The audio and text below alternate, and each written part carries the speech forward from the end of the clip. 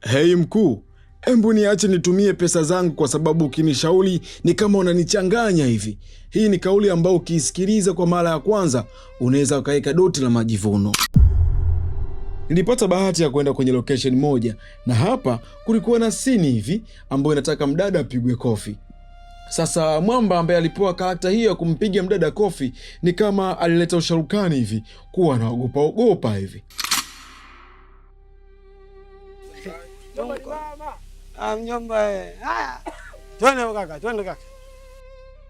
Kwa hiyo kipi kilifanyika? Ni hivi, baada ya kuonekana kwamba mdada naye anaogopa kupigwa kofi, macho yanamcheza, mashavu kashayaandaa, lakini director hapati anachokitaka, basi ndo mwamba DOP nikakaa pale.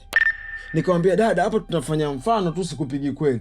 Lakini embu imagine kwamba mimi ninayezungumza ndo huyu mchizi ambaye anatakiwa kukupigia kofi.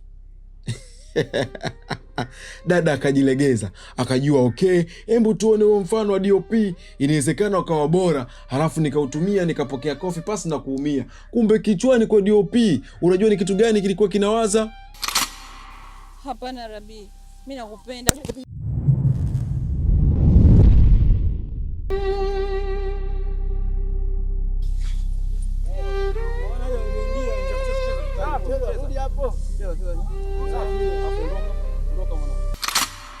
Yes, pole sana dada yangu.